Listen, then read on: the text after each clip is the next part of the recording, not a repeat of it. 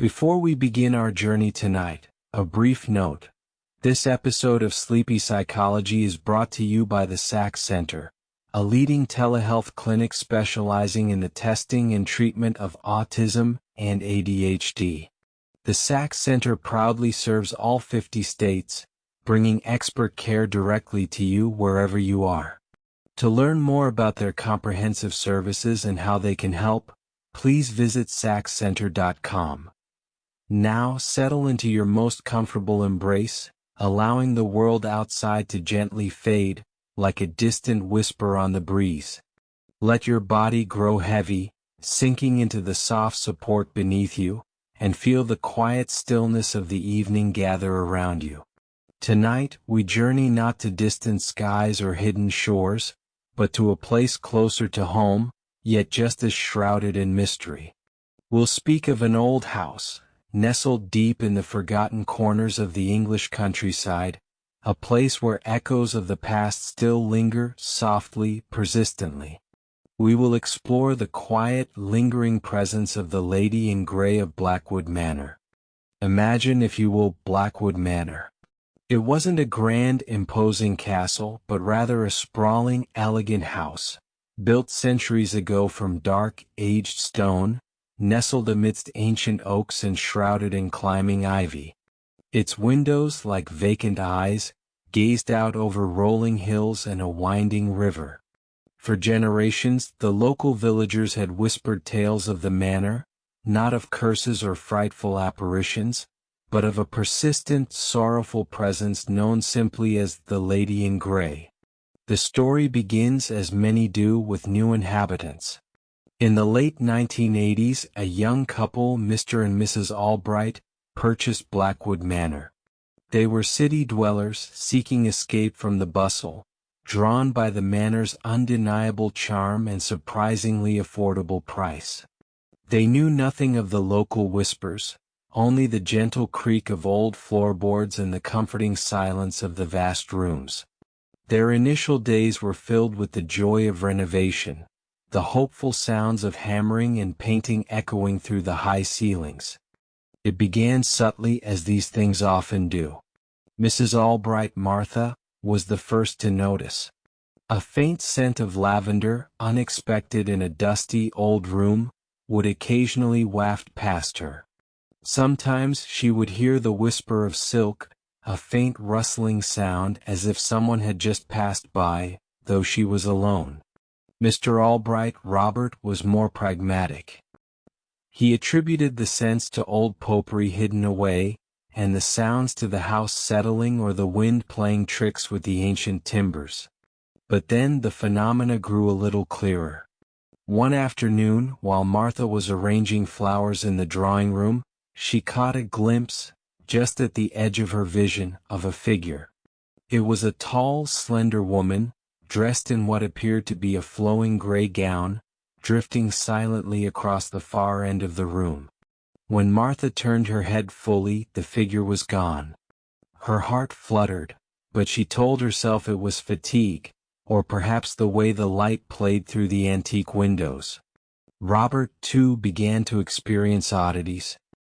He would be in his study, engrossed in paperwork, when he would feel a distinct chill, a sudden drop in temperature, even when the fireplace was roaring. More unsettling were the objects that would move. A book, left carefully on his desk, would be found moments later on a distant shelf. A teacup, placed on a saucer, would be found resting on the mantelpiece. These were not dramatic movements, but quiet, almost playful rearrangements. He would joke about a helpful ghost, but a quiet unease began to settle over him. The most consistent manifestation was the distinct presence on the grand staircase. The staircase, a magnificent spiral of dark wood, was the heart of the manor. Both Martha and Robert would frequently feel a cold spot near the landing on the first floor, particularly in the late evenings. And more often than not, they would hear a soft, almost imperceptible sigh, a sound laden with a profound, gentle sadness, seeming to emanate from that very spot. It was never frightening but always deeply melancholic. As their stay lengthened, they began to piece together the history of Blackwood Manor, speaking with older villagers who remembered the previous owners. They learned of Lady Eleanor, a beautiful and gentle soul who had lived in the manor in the late 18th century. She was known for her kindness, her love of flowers, and her deep devotion to her husband, a respected but often absent scholar. The story went that Lady Eleanor had tragically died young, wasting away after her husband left for an extended research expedition abroad, never to return. She had waited for him faithfully day after day, often standing by the drawing-room window or lingering on the staircase, watching the long winding drive, hoping for his return. Her death was attributed to a broken heart, a quiet sorrow that simply consumed her. The description of Lady Eleanor, her tall, slender figure, her quiet demeanor, matched the fleeting glimpse Martha had seen. The scent of lavender, her favorite flower, and the rustle of silk, the sound of her favorite gowns, now made perfect sense. The sighs on the staircase were understood as the echoes of her enduring weight, her silent grief. Martha and Robert realized that the lady in gray was not a malevolent spirit, but a lingering presence, an imprint of profound sorrow and unwavering loyalty. They began to speak to her, softly, gently, as one would to a quiet friend. "Good evening, Lady Eleanor," Martha would murmur as she passed the staircase. Robert would sometimes leave a fresh sprig of lavender in the drawing-room, a silent offering. They found that when they acknowledged her, the phenomena seemed to lessen, or perhaps, their perception of it softened. The chill on the staircase felt less unsettling, more like a gentle, cool breath. There were other subtle signs. The temperature in the drawing-room would sometimes inexplicably warm, as if a gentle warmth had entered the space, especially when Martha was reading quietly there.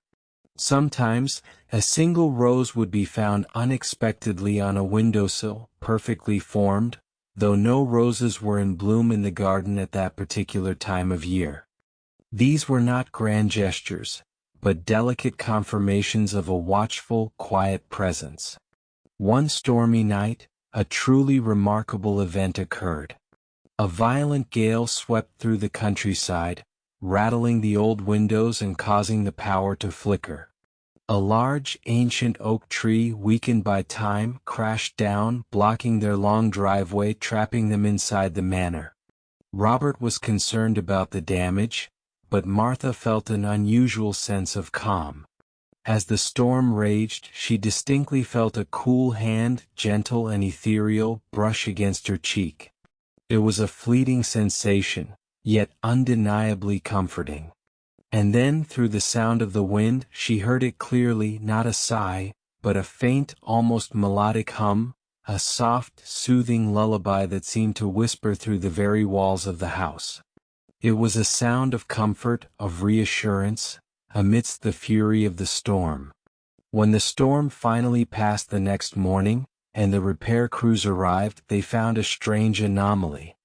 While the driveway was indeed blocked by the fallen oak, a small, intricate path had been cleared through a dense thicket of thorns and overgrown bushes, a path that led directly to a hidden gate at the far end of their property, a gate they hadn't even known existed. It was as if someone or something had meticulously and quietly shown them a way out, a way to safety amidst the chaos. The Albrights eventually sold Blackwood Manor, but not out of fear. They left with a sense of profound respect and even affection for the lady in gray. They understood her presence not as an intrusion, but as a testament to enduring love and quiet sorrow. They often spoke of the manor and of Lady Eleanor with a gentle fondness, knowing they had been privileged to share a space with a lingering echo of a beautiful, heartbroken soul. The story of Blackwood Manor and the Lady in Grey serves as a tender reminder that not all spirits are born of terror or malice. Some are simply fragments of enduring emotion, echoes of lives lived, waiting to be acknowledged, perhaps even to find a quiet solace in the understanding of those who follow.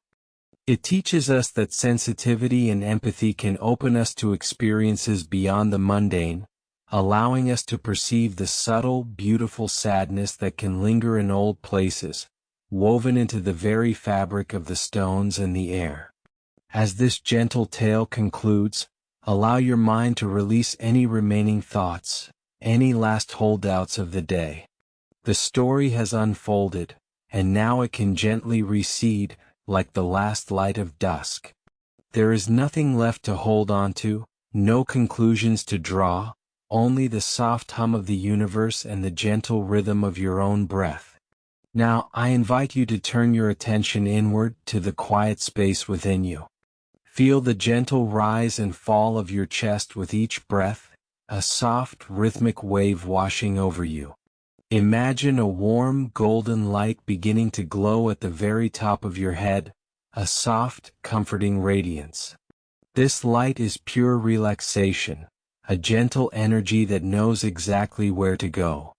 Allow this golden light to slowly, serenely begin its journey downwards, through your scalp, melting away any tension held in your forehead, softening the muscles around your eyes. Feel it gently soothe your temples, releasing any lingering worries. Let this light flow down into your cheeks, relaxing your jaw, allowing your tongue to rest gently in your mouth. Feel your throat loosen, becoming soft and open. The golden light continues its descent, flowing into your shoulders, dissolving any burdens you might be carrying.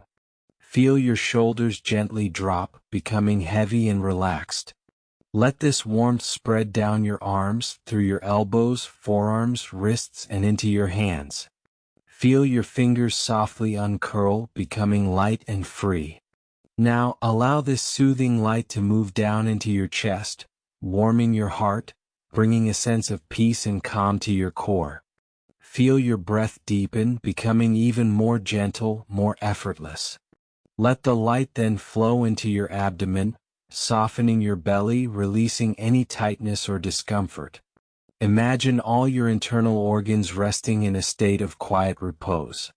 The golden light continues its journey, moving down into your hips, releasing any tension in your pelvis and lower back. Feel your hips become heavy and grounded, supported by the surface beneath you. Let this warmth spread down your thighs, through your knees, into your calves, and finally into your ankles and feet.